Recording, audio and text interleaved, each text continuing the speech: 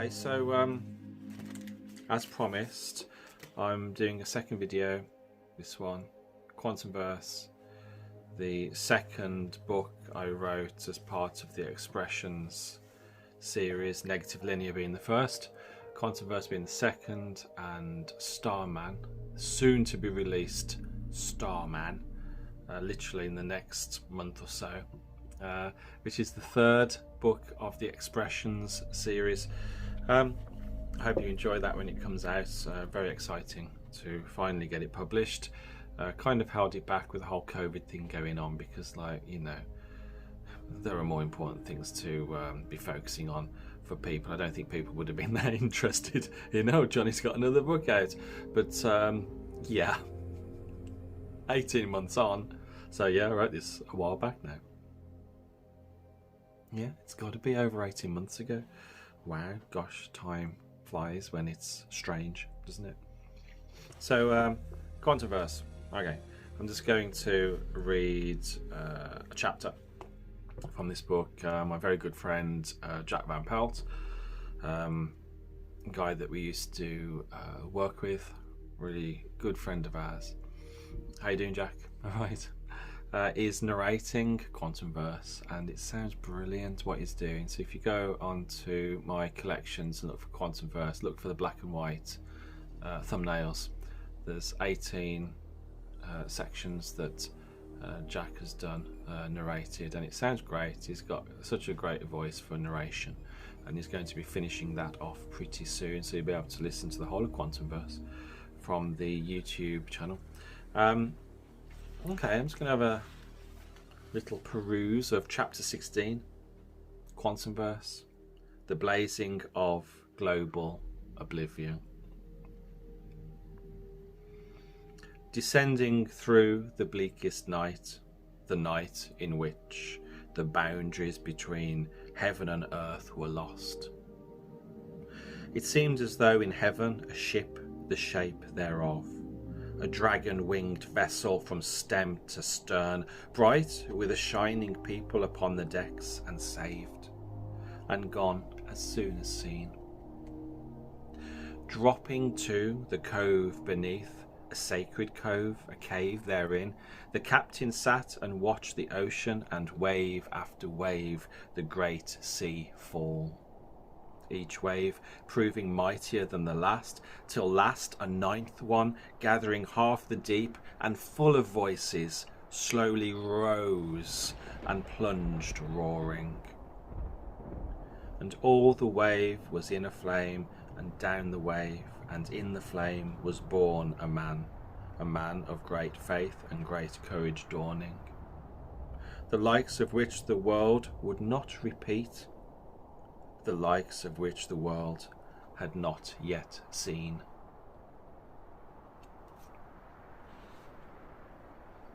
If you wish upon a star, could it ever be that your wish comes true? And if it does come true, is it just by chance, or did your wish actually make a difference? I guess it always comes down to a faith thing. Okay, how about if 1 million people make that same wish and direct such collective, hopeful energy at that same star? Does that increase the potency, the strength of the magic? How about 100 million people, or even more? How about an entire planet's population? Maybe wishing is where it all starts and where it all ends. The alpha, the omega, the light, the dark, the good, the bad. Am I here, my seemingly chosen destination, because of many wishes? Here, arriving at the bulbous glowing giant that's set to fall, and fall he must, in spiral tumble, crushing everything within his mighty shadow. Might my being here, this neck of the woods, this corner of the galaxy, have more to do with the strength, the potency, the purity, and the united nature of a single and desperate collective wish. A wish made upon this dying star, that it might not die. A wish wrapped into the desire to live and the grave desire to be saved. The universe around me is as though halted. I stand as though upon a single slice of reality. One frame of experience stretching and warping in the gentlest of cosmic breezes. I pause for thought and scan for meaning in verity's words. Verity, a special soul connection that I've made, a single glowing soul in the vastness of the universe. I wonder at her delusion and I puzzle over her thoughts and why she is so convinced in relation to all those things she said. Is it conviction, delusion, desperation, a mix of all three? Could this binding be the driving force behind her plea, her misguided cry in the wilderness? Let's check into Hotel Crazy for a moment. You and I both. Let's, for argument's sake, afford Verity's words complete absolution, and let me ask you this. Would you save them? Would you save 1 billion souls marooned on a lost world? If you could, I mean, if such salvation were possible, and you were the one to grant it. If there was something that you could do, would you? Would you do it? Would you do it if it meant the greatest sacrifice? If it meant your total erasure from thought forms and dimensions you know and dwell, those things that you're familiar with, the places you've trusted and allowed yourself to settle and become comfortable with? The universe flickers sporadically back to life and then runs smooth, and simultaneously I experience a strong jolt forwards. I am now, as it were, an eagle at the mouth of a tornado. The unexpected energy form hits me suddenly, flying naked through fragments of myself, splintering back from the future. I'm doing my best. I am piecing it together. With honesty and courage, I'm attempting to build the picture, see the picture, understand the picture. I've never been this close to a star before. Dead centre, breakneck speed and heading for the heart. And a broken one at that. A heart that needs help, a heart that needs mending. All that's ever needed for darkness to win is for a single man to not act when he knows he must. You notice I'm calling myself a man now, right here at the end. What's changed? I hear you ask. And how can you speak with such conviction? I hear you, I do, I hear you. And I'm glad you asked. It might seem as though I'm out of time to you, receiving, observing, understanding, but at such hyper speeds as these, time is anything but relative, and so I can summon as much time as it takes, as much time as I need. Let me start my explanation of repeating an earlier insight. I've known humans that were monsters, and so-called monsters that were more than human. Where's the line, and who draws it? Let's boil this down even further, like boiling a soup down to only its gritty matter. What makes me a monster? What makes me a man? What great universal reprieve or rewrite could hand me the garment of humanity as though it might actually belong to me? Let me take you back. You understand how this works now, right? My core, my flash good and heart, my anything but linear existence were anything but quantum locked, and we're travelling at the speed of oneness.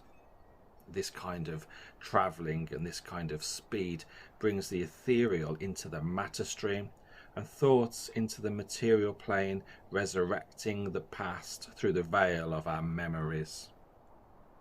At this speed and through this kind of travelling, our memories are doorways, and if we choose, we can step through and access the past. Likewise, by the same cosmic token, we can access our dreams and the future. And when we access the future through such living visions, we access our future selves, our higher selves. It is through these temporally dynamic principles and the elasticity of divine creation that my current words find you at this time. This time. Reflections upon reflections. My words appearing as though from the hinterlands. My veins a friend, connecting worlds, my heart connecting planes. The universe, after all, is multi-tracked, and for us, for now, the past has our attention. Well, my past. And the past is yet another furrow, a field that is forever being ploughed in the rich soil of space-time. Jump with me then, as I buy more time. Jump with me now into another furrow and onto another track. Verity's voice calls to me and pulls me in. The lone voice in the cosmic wilderness echoing her sentiment in many waveforms, each becoming deeper than the last. Will you save me? Will you save us?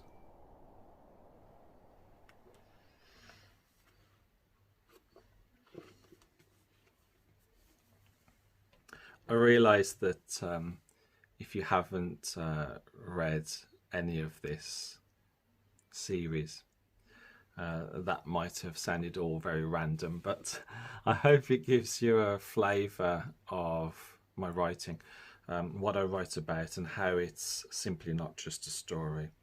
It's not just a story. It's something real. It's something living, as all good writing should be. It comes from a higher place. It comes from a connection to a transmission that we can then decode and put into words. It's a cosmic thing. Any art form is. An art form is simply a bridge, when we get it right, to a higher place, to a healing place, and our created works then become healing things. And that's not an egocentric thing to say. If we get it right, it truly hasn't come from us. It's come from our genius that's above us. In Greek times, going back to the ancient Greek philosophers and so forth, they would never use the term, and if you read ancient Greek philosophy, they will never use the term he is, she is a genius. They would only ever say he has, she has a genius, as though a genius is sitting on a person's shoulders. The creative work that is great has nothing to do with the person who is simply the pen, the scribe. The genius comes from another place, and when we get it right, all art forms and created works come from these very high vibrational healing places. Just wanted to add that at the end there, because in certain videos that I've done, it might sound like I'm being egocentric, but I really don't see the best things that I've done as coming from me. I know that they haven't. It's not like, oh, I wonder if they come from a higher place. I know that they come from a higher place, because the energy and the feeling that comes through as you're creating is astounding. It's out of this world. It's otherworldly. It's cosmic. A chaplain in Shrewsbury once asked me, because he saw I'd wrote a load of books on spiritual matters. He asked me, oh gosh, he says, I've always fancied writing a book, but it's such a chore when I sit down and start writing. I just don't know how you do it. I don't agree with a lot of things that you've said, because I come from a very specific, well, he comes from a very specific dogmatic point of view, so he doesn't agree with some of the things that I've said, and that's fine. You know, it's down to everyone's experience, personal, truthful experience. But I do admire you, he says, because you've wrote such a lot, and I don't know how you do it. It must be such a chore.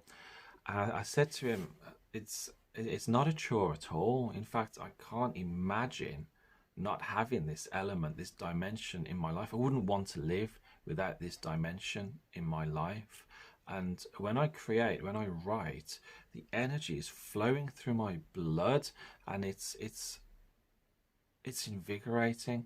It's life-giving, it's exciting in all the right ways, in the spiritual ways. And he just looked at me and frowned and said, you're a strange creature, aren't you? He was totally disconnected from a feeling capacity of the divine. He had a lot of theory up here from a purely religious point of view. We won't go into that. And he could recite scripture, and he was very good like that. But his feeling capacity here of divine things was completely lacking. It wasn't there at all. So with regards to what I was saying, you just thought I was a bit crazy, but there you go. I suppose that's the experiencer versus the theorizer. The experiencer is never going to really want to try to explain what's going on to the theorizer, because the theorizer is never going to get it, because they're in their mind, they're theorizing, they've never felt it, and if they've never felt it, then there's no common viewpoint of perspective to even strike up a conversation. But this is me rambling now. Thanks for listening. I hope you enjoyed a short passage from Quantumverse. I certainly enjoyed writing it. Starman is coming out very, very soon, in the next month or so. Watch out for our Facebook live streams, and we will tell you more about Starman as it's happening. Exciting times. I'll see you soon. Bye for now.